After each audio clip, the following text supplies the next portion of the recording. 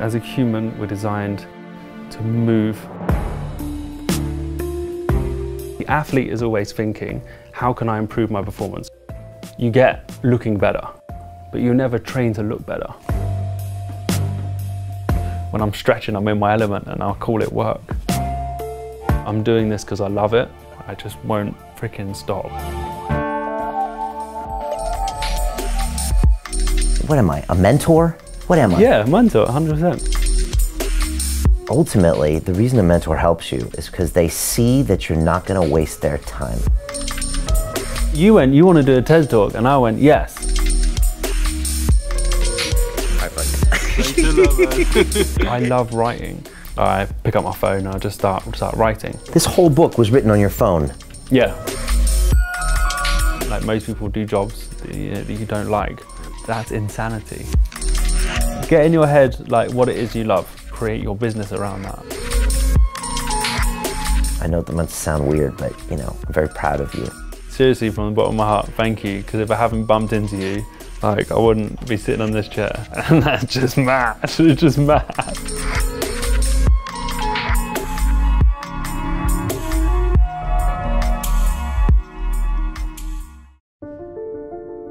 They say that the human race is doomed, that we have lost touch with our true nature, that the media has corrupted us, and that the planet has no future.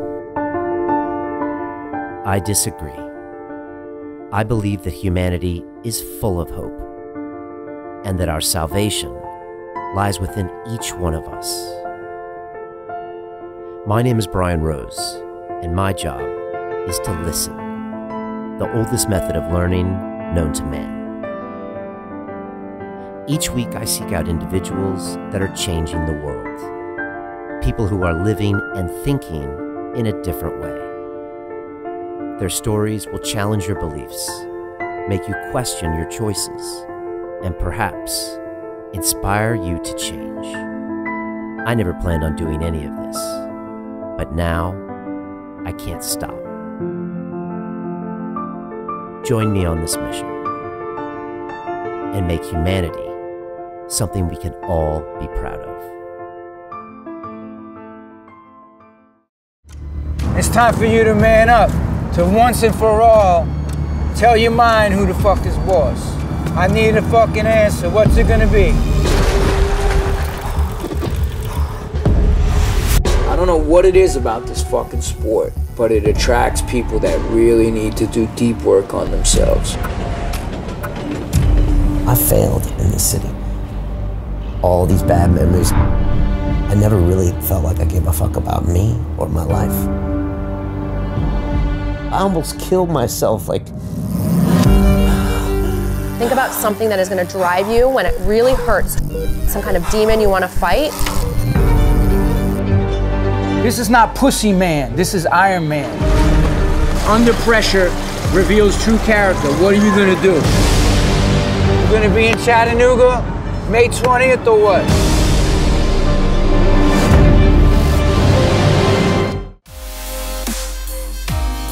You've got to do a TED Talk.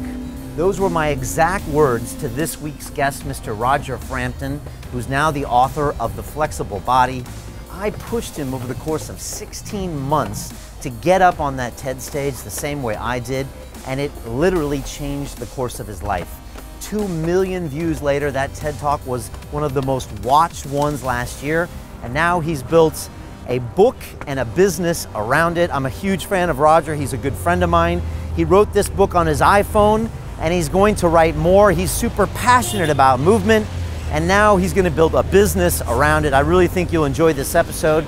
We talk a lot about how to find a mentor and what it's like to be a mentee in that entire relationship.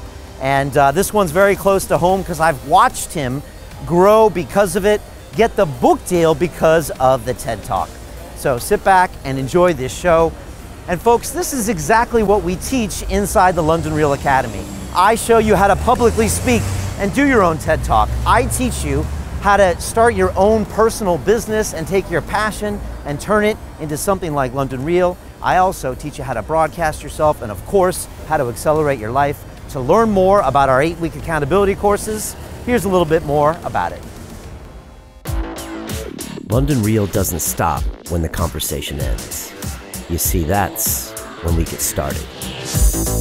Because everything begins with a thought, and then comes the action. The London Real Academy is our global transformation platform. Here we bring together thousands of students from over 75 countries.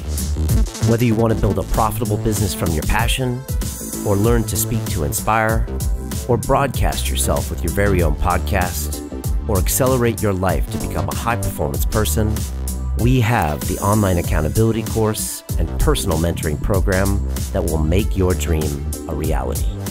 Join us, and we'll take your life to the next level, together. Our next accelerator course is starting soon.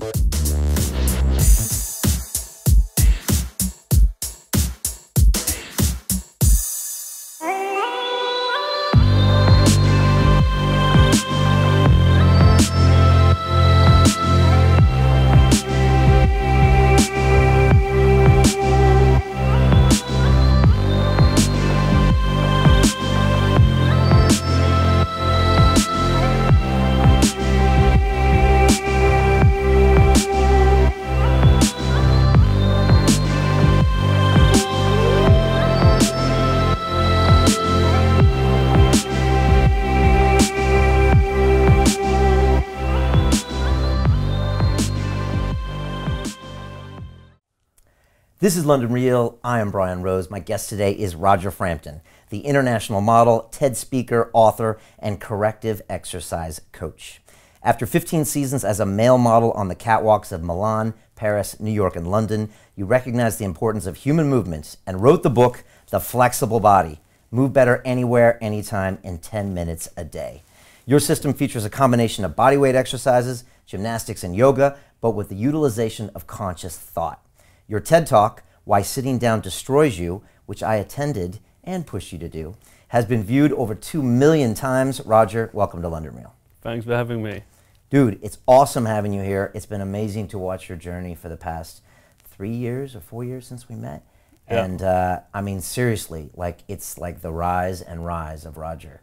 I've seen you lately on BBC, in Men's Health magazine, on all sorts of television shows. Your book's out. You're probably working on your next book. Your app, your TED Talk continues to be 2 million plus views. You know, when I met you, none of that was going on. What's the last couple of years been like? Yeah, see, this is all your fault. You caused this.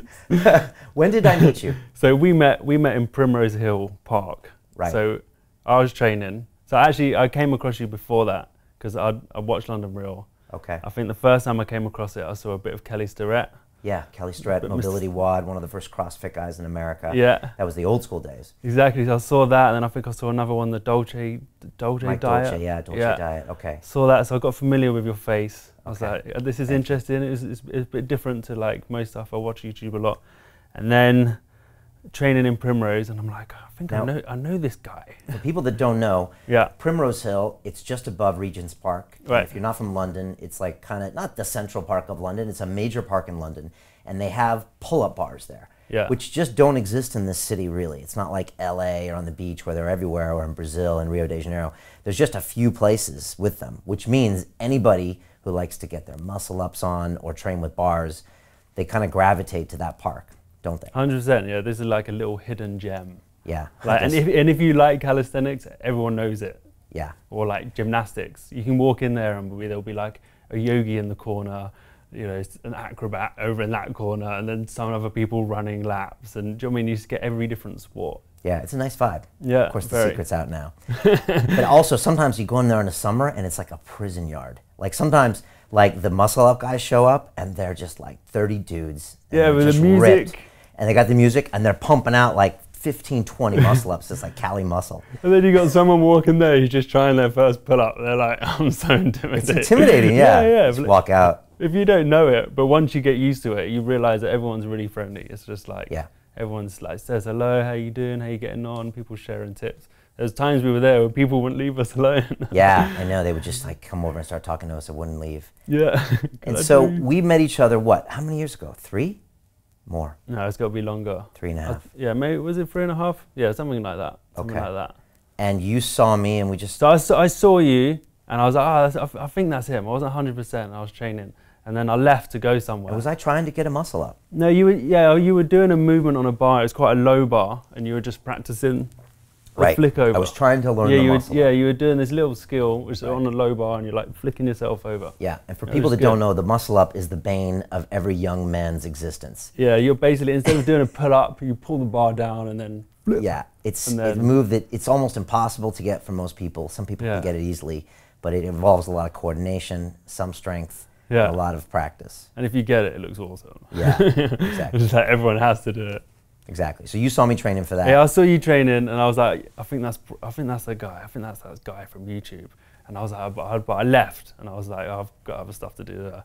And then I left, and I was like, no, I've got to speak to this guy.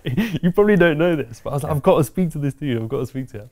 So I went back in the park, and I was like creeping, like, you know when you like recognize you know someone, and I was like, maybe I look a bit creepy now. Just go and say hello. So I came up and I was like, hey Brian, I think like I saw you on the show, and you were like, hey, how you doing? What'd you do? And I was like, kind of coaching, gymnastic-y kind of vibe. What are you working on? I think you said a muscle up. Yeah. And yeah. And you gave me some tips right there. Yeah, because I saw you, were you working on? I was like, oh, you're trying to do a muscle up. I've been trying to do that skill where I know some stuff about it and la la la.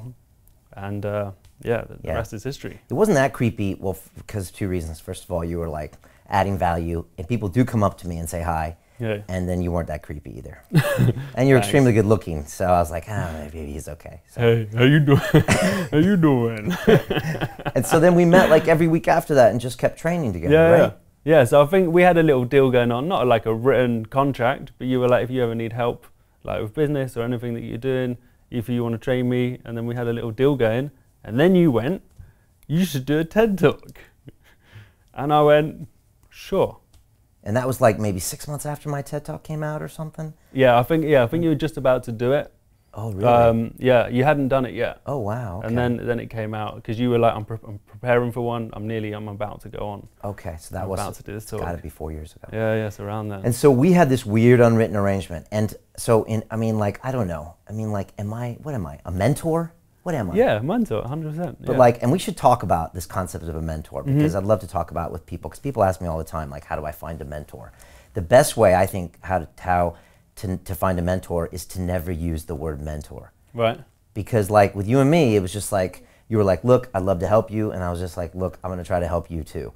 But it was never like, you never said, will you be my mentor? No. Like, will you be my Valentine? I think in my head, it's like someone I can ask for advice. Like I know they're on the same direction as me, or they're doing stuff that I one day want to be doing. Like someone I look up to. Like I always believe in like asking advice from the right people or from the specific people that you want advice from. So I won't ask advice from certain people, and certain people I will. And you're one of the people that I ask advice from. Or if I've got a new project coming out, I'll be like, hey Brian, just wrote this, what do you think? Right, right. And then I'll be like, and then to me, that's what defines a mentor. It's someone that you like, that you want to know what they think about what you've just written or what you've just done. Yeah, no, that's well said. And something that Dan Pena taught me, the $50 billion man, who's technically my mentor, I guess. He said he had 3 mentors in his life. One of them was Kostas Gratsos, one of the right-hand men of Aristotle Onassis, and there's 2 other guys. And he said the big thing between a mentor and a mentee is to have something other than business to talk about and to do. So with one of Kostas Gratsos, it was fine food and fine wine. With one of his other mentors, they play golf. With one of his other mentors, they play tennis. Because the mentor doesn't want to talk shop all the time. Like if you're going to someone and saying, tell me more about how to get 1 million YouTube subs, it gets old. But we would train together. Yeah, we would train together, and then it was like, oh, by the way, what have you been going on? And they were like, oh, I've been working on this. What do you think of this? And then, or it was like, just send me it over during the week, and then I'd shoot you an email. And I mean, it wasn't like, right, let's sit down and discuss, and you know. Yeah, and you were really generous too. You never charged me for sessions. You were super generous. No. Well, look what's happened. Well, yeah, I don't know if it's all me, but I want to track this journey because I think a lot of people are interested. Because honestly, a lot of people watching are probably in a similar place to where you were, as in maybe I would love to have a TED Talk, I'd love to have a book deal, I'd love to have an app coming out, I'd love to be on the BBC talking stuff. I mean, you're very humble, Roger, but you've been blowing it up lately with the book, and not only the book promotion and everything. It's going really, really well. But like when we met, it's not like things weren't going well. You're a successful model. You're actually a successful trainer as well. Yeah. But what was inside of you that was wanting more or wanting something different? Because you could have carried on that lifestyle, done very well, and been very happy. Yeah. I like, every time I've trained someone, like they've always said, this is something slightly different. I always say, oh, like, have you never done this kind of stuff before? Or when I'm training someone, I'm always like asking like what kind of stuff they've done with previous trainers. Be like, what did you do with your previous trainer? Oh, we used to do this, this, and this. And then after a while, yeah, like, and everyone's going, and I'm like, hang on, I think I'm doing something really different to what most people are doing. And I'm really like stuck on the little things. So instead of like getting someone to jump up and down, for example, I'm looking at like how their feet land on the floor, like to that detail. Yeah. And I feel like no other trainers are doing this. So I'm like, right, well, more people need to know about this. So in my head, it's just more people need to know. And then after a while, when I'm going around training people, I'm like, well, like the same 10, 15 people are knowing like the same message over and over again. And that's not really going to make an impact on the world. Like if I feel that everyone needs to know like what I've got to say, then I've got to find other ways of, you know, doing it. Okay. TED Talk, you know, book. And you weren't happy with what the fitness industry was teaching? Because No. unlike a lot of personal trainers, even at Primrose Hill, I mean, a lot of them just say, oh, I'm the trainer, I'm going to bark at these Hampstead moms that are paying me hundreds and hundreds of pounds an hour to jump on the box, to do this, and then they'll go away happy. That's not you. No. You really are analyzing the movement. You're like, okay, why are we doing this? Like that was always you, right? Yeah. You're quite obsessive about it. Yeah, extremely. Like, but most people would see a personal training diploma. So most personal trainers would do a personal training diploma and they would become a personal trainer. And then in the UK, you're then qualified to teach somebody as a personal trainer. Now this takes 6 weeks. So you right now could start a course tomorrow, and in 6 weeks' time, you're a fully qualified personal trainer that is fully responsible to teach people how to move. So after, is that why I see so many personal trainers that are in bad shape? Man, like anybody can be a personal trainer, Okay. and they're not that hard. But what it really is, it's a basis. It's a very basis of anatomy and physiology. It's very tiny. What they expect you to do is go out and study more to get more qualifications and to go into your field. So what I did is I went to another field. So I was studying functional performance and functional therapy, and that's what kind of made me like completely change my view to how I originally started personal training. Okay. There we'd do like gait analysis on people. So watch people walking, look at how their feet moved. So yeah, I did study a lot after to make sure that I was doing something different. And definitely what I learned on there, they basically just slated personal training. They were like slating everything. They were like, this personal training is rubbish. Like this is what it's all about. Like, Right. I don't agree that personal training is rubbish at all. I think you take that learning and then you can move on and you take that learning and you take pieces out, that you believe in that what work for you. One thing I remember you always told me when we trained that when you train other people, you try to train with some kind of goal in mind other than, say, working a body part. Mm-hmm. You had an ultimate goal of like trying to do a handstand or trying to do this tuck or trying to do this, but not do a bunch of ab crunches. Yeah. Is that right? I mean, all of my clients have been like learning a handstand or a planche. They might not know it. They might think, oh, like, I don't know why I'm doing this exercise. In my head, they're training for a planche. In my head, they're training for the splits. In my head, it could be a handstand. It could be like any skill.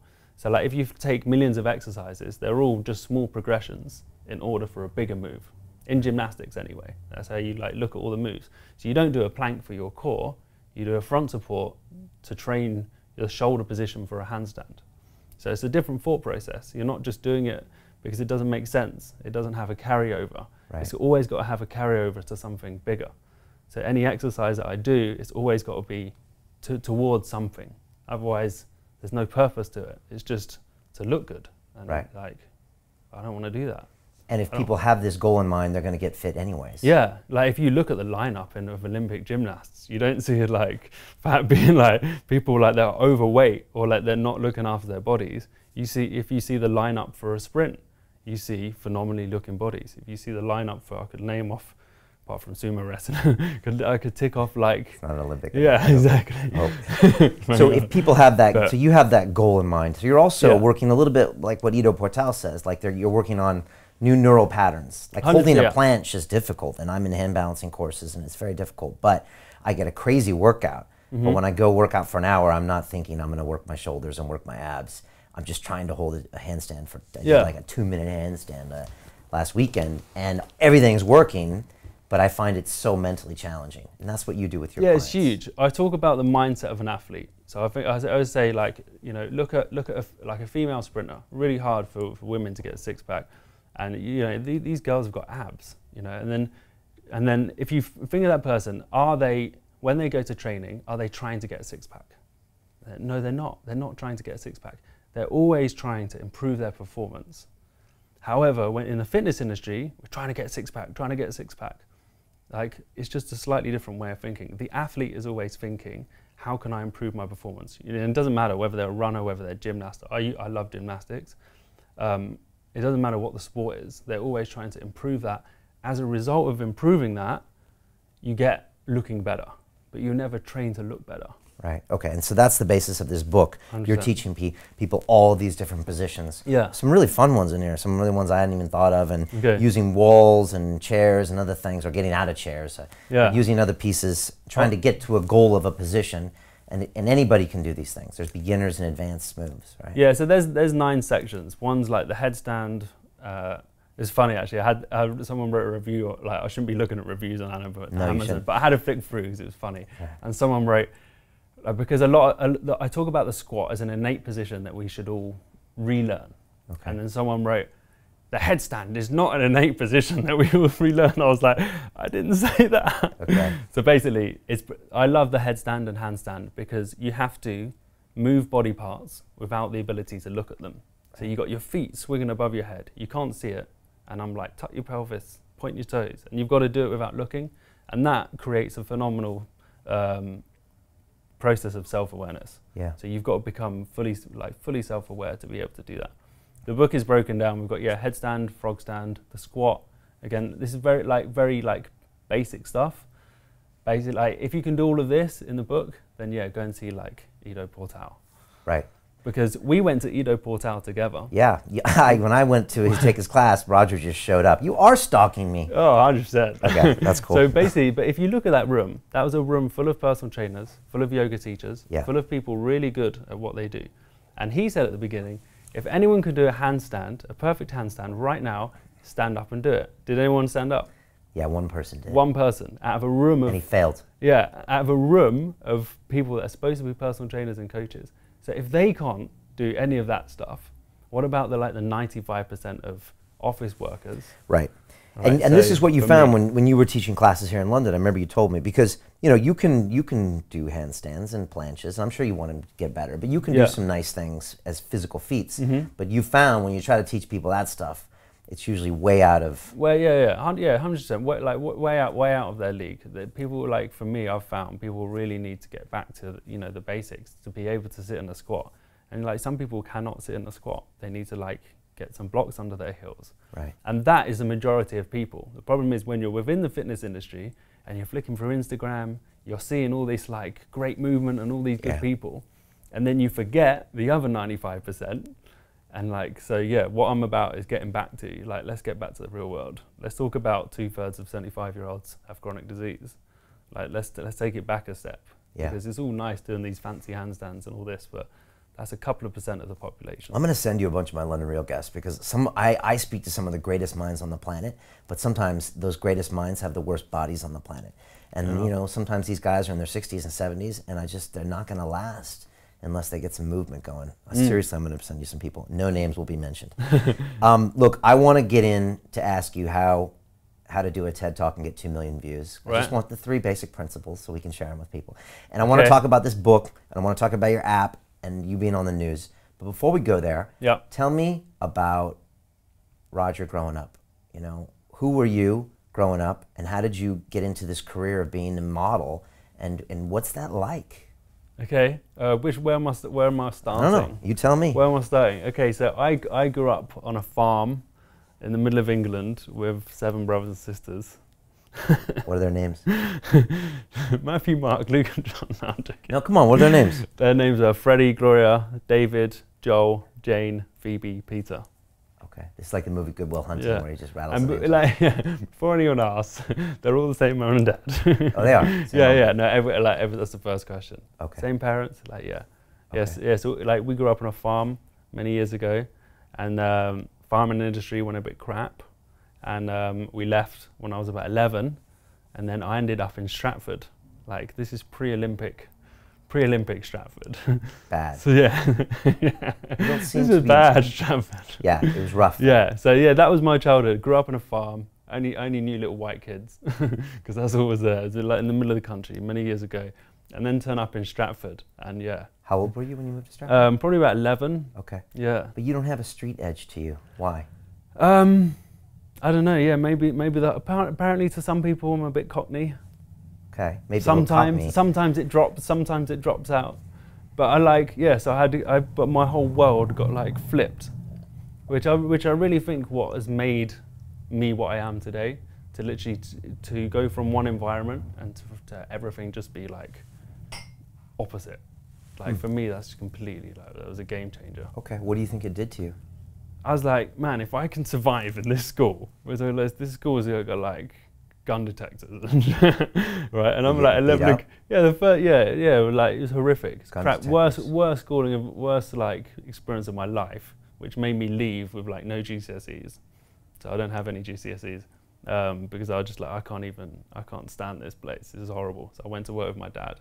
Okay. What was horrible about it? What was horrible? It was just, man, it was just like, I just never met so many like crap people in my life. Bad attitudes, bad energy. Just with everything, yeah. It was just like, bad teachers. I couldn't focus on my schooling. Like all my whole thought process was like what's gonna happen? Like, it was like, how do I impress someone, or like, what's gonna happen at lunchtime or at break time? So for me, my whole schooling just got like ruined, and I couldn't focus. So I just started like acting like an idiot. And then I was just getting in trouble with like teachers because I was being stupid, because I was acting up because I just couldn't focus on this schoolwork.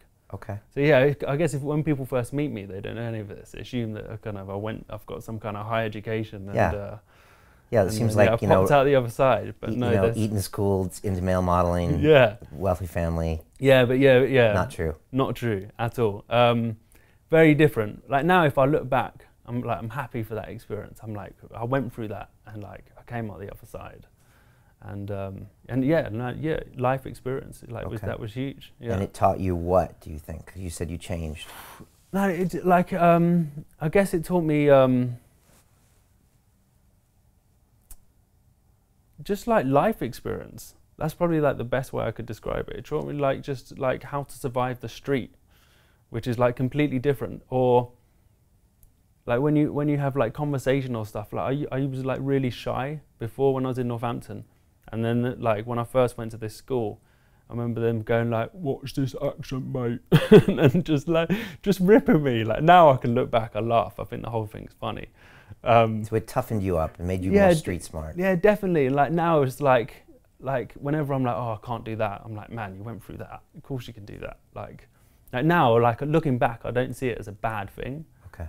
Like, because I've done like courses and I've like redeveloped like my way of thinking, but yeah, at the time it sucked. Now I can sit back and laugh and go like, that was funny. I don't feel sorry for myself. Okay. Like in any way, I have to get that across. How'd you get into modeling? I was scouted. So it was my sister's birthday, and there was a fashion photographer there because my two older brothers are models. Well, they were models, but I never wanted to. I did carpentry. And they were like, you should be a model. And I was like, I don't care about modeling. Like, I wanted to focus on my carpentry. Do you like carpentry? Are you a good carpenter? No, I used to. No, really, I did an MVQ in it. And then I was working alongside my dad. That's when I left school, I was working with him. And then, I was halfway through that and then got scouted. And literally, this was like within a day. It was quite weird. So I went in there, and then they just took some pictures of me in a studio, kind of like this, and then had some black and white pictures, like in a portfolio, an actual thing. It's not online then. This was 15 years ago. It wasn't online. Hand it to you, and they're like, yeah, off you go. And you go out and you have 7 appointments like a day. So you go around and you visit all these casting. And what happened?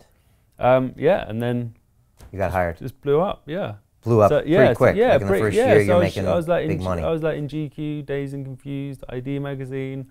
Went to like New York. Did Ralph Lauren campaigns. Was in Aquascuum here.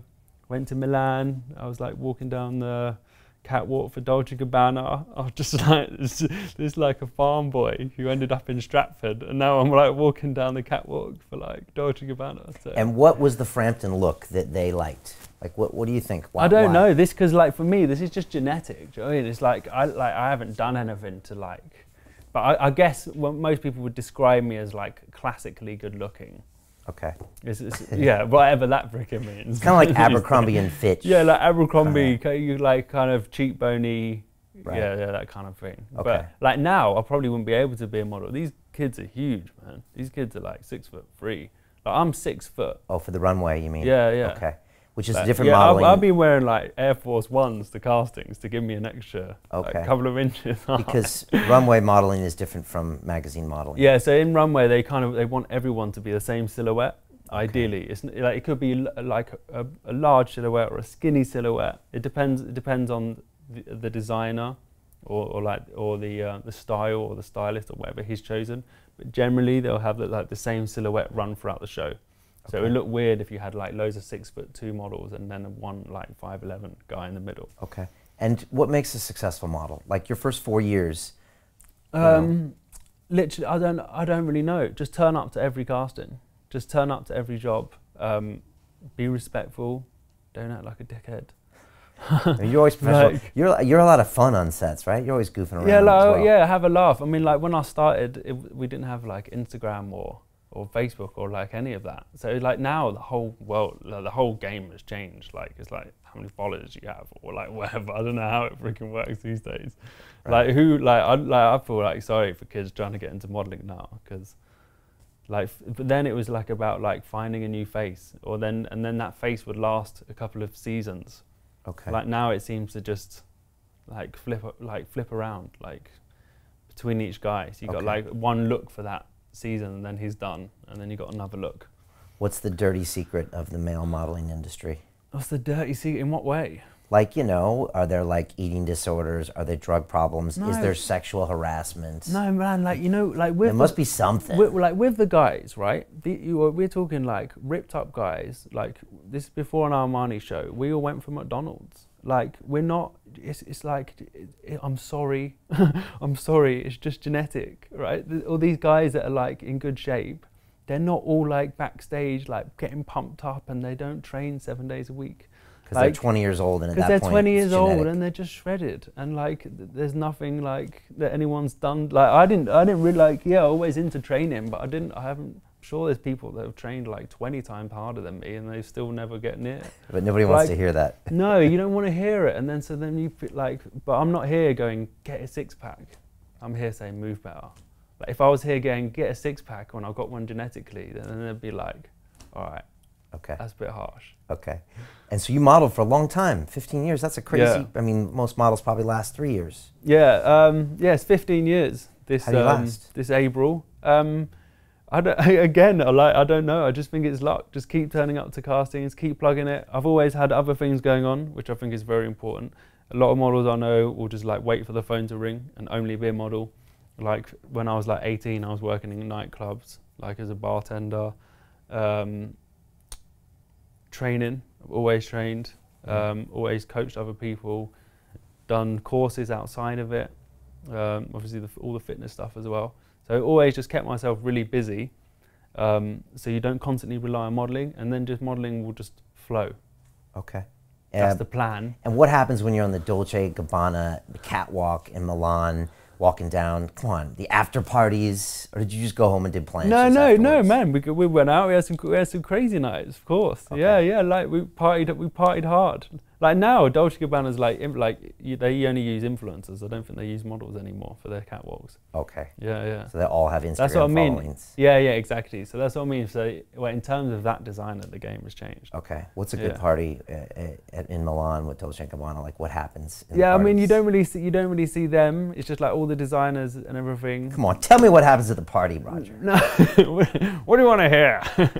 The truth. No, man, you just get wasted. Okay. Just get wasted. And you hang out with all the other models. Hang out with models, get crazy drunk. Are female models fun or are they not fun? No, the thing is women have a different season. So like when you're at like Milan Fashion Week, it's just men's. It's it's men's week. Okay. So to be honest, like I never see like you don't really hang out with other female models. Okay. Like you just like men. Like usually most men shoot with other men as well. So you shoot for men's magazines. Okay. Unless you're doing like wedding catalog, but in fashion you don't really do that. Okay. Because I would describe myself as more a fashion model than a model, which is more, well, it's just more like you do like higher end brands. You wouldn't be doing like a wedding catalog. You'd be doing like, you know, like Ralph Lauren or whatever. Yeah, I was telling the guys out there, I was at a spa like a year ago or something, and I just come out of the steam room. I was like cycling in the steam in like a daze, and I pulled the magazines, GQ or something, I was looking through, and then there was Roger. He popped that. But again, it was a high-end brand you were doing something for. Yeah, for like GQ and stuff, and they're like, like these kind of magazines, that's always kind of been my look, and that's what's worked well for me, and that's fitted in. Okay. So I've always kind of gathered to that. Okay. You got to teach me how to walk like a runway model. Sometimes I think about it. You're like, pull your stomach in and like stand tall. Yeah, I mean, like with guys, there's no specific walk. Like, you just don't look down. You don't stick your feet out. I guess. It doesn't look like fun being a male model on a catwalk. It does make you self-aware, because when you're walking, down the street, you don't think about walking, right? You're just on your phone or you're going somewhere. You don't actually think about like how you're walking. I do. Do you? That's lately. Good. That's because you told me to. To focus on how you walk. Right. Like posture. So that like got me really interested. I'm like, hang on a minute. I'm like, I'm walking, but I'm looking at how I'm walking, and other people are watching me walking. So then, like, you just on your way to castings, you just practice your walk. Okay. So you just, which is like no different to any walk. You just walk like a confident person. Don't ever look down. Yeah. Don't smile. Yeah, it doesn't always look like fun. All right, so good. I wanted to ask you about the modeling. And next, I want to get into this TED Talk, because the TED Talk did change everything, right? There would be no book deal without the TED Talk. There'd 100%. Be no app. There'd be no media. There'd be no business. There'd be no you at the W Hotel without the TED Talk, probably. 100%. All right, good. So I want to get into this TED Talk, because everyone's wanting, how can I do a TED Talk like Roger? And maybe they can't, but they'd love to see behind. And I saw the whole thing happen in front of me. I was at the TEDx. It was Leamington Spa, right? I brought Gabby there, my daughter, to see you. It was amazing. But before we do that, you've been a vegetarian/vegan for like 4 or 5 years. I remember when I met you, you said, I found out later, you're like, yeah, I'm vegetarian, vegan. I'm one of the ones that doesn't tell you right away, that doesn't announce it in the first 4 minutes of existence. Yeah, I mean, and I can't hate on the vegans anymore, because technically I'm you one are. now. I mean, I don't use the V word. Okay, yeah. On any of them, like, right. Like I don't either. I just say like I don't eat meat. Okay. Because, because then that doesn't because segregate you, and then people are like, well, you're veggie, I'm not, or I'm vegan, I'm better than, I don't know. So I just go like, I don't eat meat. Yeah, I've had a few guests on recently who are, what are they? They're proponents of a plant-based diet. And Dr. Michael Greger, who's a very famous guy, has a book called How Not to Die. He really is a big promoter of a plant-based diet. He said, a vegan tells me what you don't eat. He said, I'm not interested in that. I'm interested in what you do eat. That's what he said, which I thought was okay. I also had James Aspey on here, who is a vegan activist, Australian guy, did the 1-year vow of silence. A very amazing guy. I'm very respectful of him as well.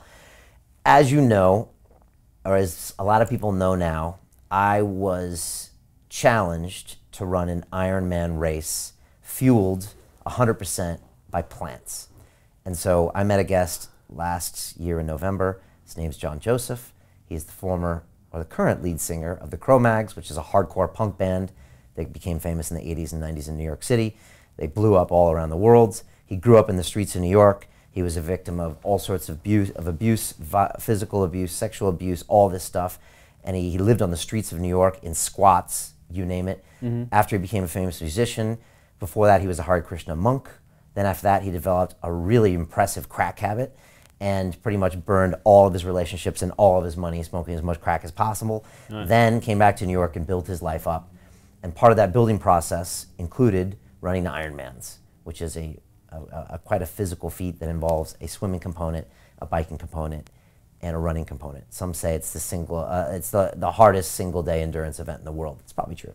Okay. So that's what's going on with me. And John, I met him on the show, and you know, this is what happens with London Real, is that I meet these people and they change my life, so hopefully for the better, right? Just like you did, you did. And so he something happened that day. He's a crazy guy. He's got amazing stories, and he said, "Why don't you come to New York?" I said, "I don't want to go to New York. I got a lot of bad memories there." Because I basically almost destroyed my life completely in New York, as in almost died in New York about 16 years ago. And I don't like thinking about it. It's always this big dark hole of failure for me. And so he said, no, come back, we need to talk. And he put me through this challenge. So I'm now 100% plant fueled. How's that? Better than the V word. I won't say the V word. And I know you always were as well. So before we get into the TED Talk, I was wondering, what any thoughts you have for me, because I'm training for this race. I've got not much time left, a couple months. I'm training like 13 times a week right now, 9 sessions for Ironman, 4 sessions, just so I can have fun with this thing called my body. Because I like breakdancing, I like hand balancing, I like moving. But for the Ironman, there's no creativity. I have to bike and swim and run and do it a lot. That's what I'm doing. So advice from you. Anything that comes to mind on the physical aspect, maybe the recovery, or just plant-based diet, or just thoughts in general. Okay. Because you are. Yeah, because this is like something that's completely different to what you've ever done, and like to what I do. Like this is like the opposite. I talk about the hare and the tortoise a lot. Right. About the what? The hare and the tortoise. Oh, the hare and the tortoise. Yeah. Okay, yeah. How do you say it? How do you say it? The hare and the tortoise. You say the turtle and the rabbit. Tortoise. Tortoise. Yeah, we say tortoise. Okay. And so what are you saying? You're saying because the slow and steady wins the race. Basically. Okay. And it's not like, oh, that's wrong and this is right, but I'm always playing the tortoise game. So I haven't ran for years. Like, I don't even run for a bus. Okay. Just because you cannot be self-aware when you're moving past a certain speed. Okay. So that's where I'm coming from. Okay. So you're the slow mover as opposed to the fast mover. Yeah. Because you want to pay attention to each movement. Every movement. And you're super conscious of where your shoulders are and where your brain is and where your breathing is with each movement. Constantly, even as I sit. So you're even as you sit. Okay, gotcha. Yeah. So you're right now I'm stretching my right hip. Okay, gotcha. I believe you. And so you're the opposite of kind of this full-on movement stuff. But don't get me wrong, I'm not against it at all. It's just like my thing. Okay, it's just cool. what I've become like in tune with. Well, I'm learning a lot about this whole game, about endurance, about aerobic heart rates. I got this Garmin watch that monitors my heart all the time, and it sends all my data, my workouts to my trainer in New York. Okay, so you didn't like, because when we used to, like years ago, I used to do like cardio and everything. We always found that like doing high intensity training up a hill would like really help you with those kind of fitness games. And I've like my past training is I love high intensity stuff. I love like boxing and Thai boxing and jiu-jitsu and hill sprints. You know, you might see me do hill sprints. And I've seen you in Prim. I love doing that. There's a great hill in Primrose if you want to do 10 hill sprints as fast as you can. It's a lot of fun. My daughter used to like them until she told me to do one. That is not fun. But right around 10, she's 10 or 11, she told me to do one. But from 7 to 11, she was doing hill sprints with me every weekend. Right. But the thing is that anaerobic won't necessarily improve your aerobic over time, and you really have to spend a lot of time in the aerobic zone.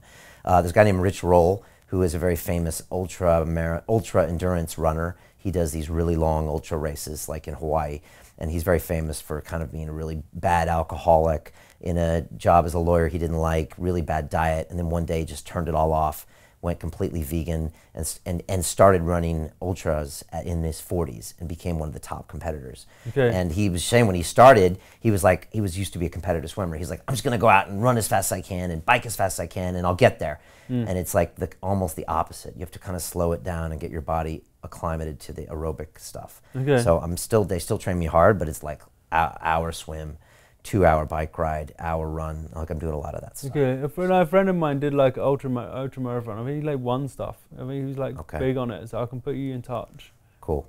Yeah. And then I'm eating a lot of plants. Mariana's cooking, you name it, under the sun. Every plant, look out plants, because she's looking for you, right? She's got the tofu, the black beans, the this. Really? And I'm also gluten-free as well, because I think a dirty secret in the vegan world is sugar and gluten. They just stuff on it. Like you can eat Coke and French fries and be a vegan. So like there's a lot of bad. Yeah, exactly. Vegans that are in bad shape, you know, and don't look good. And it's like you still have to make intelligent choices. Also, I'm eating a lot more than I used to. Yeah, Fuller. but they say you've got to now graze constantly. You can't Yeah. think of it. You can't think of it in like a free meal day. It's true. Now I just trained today for 2 hours. I'm eating afterwards. I'm almost eating in preparation for tomorrow's workout and even the next day. So you're right. I'm constantly stuffing But I food think in that's my fine. face. That's Yeah, good. it's fine as long as I continue training. No, but I think like because it's just a different. It's like because people switch to vegetarian or vegan, and then they'll just like continue with their 3 meals a day. But in their meal, they're having like a couple of carrots, and I'm just like, you're not going to survive on that. You need to eat like more often and regularly.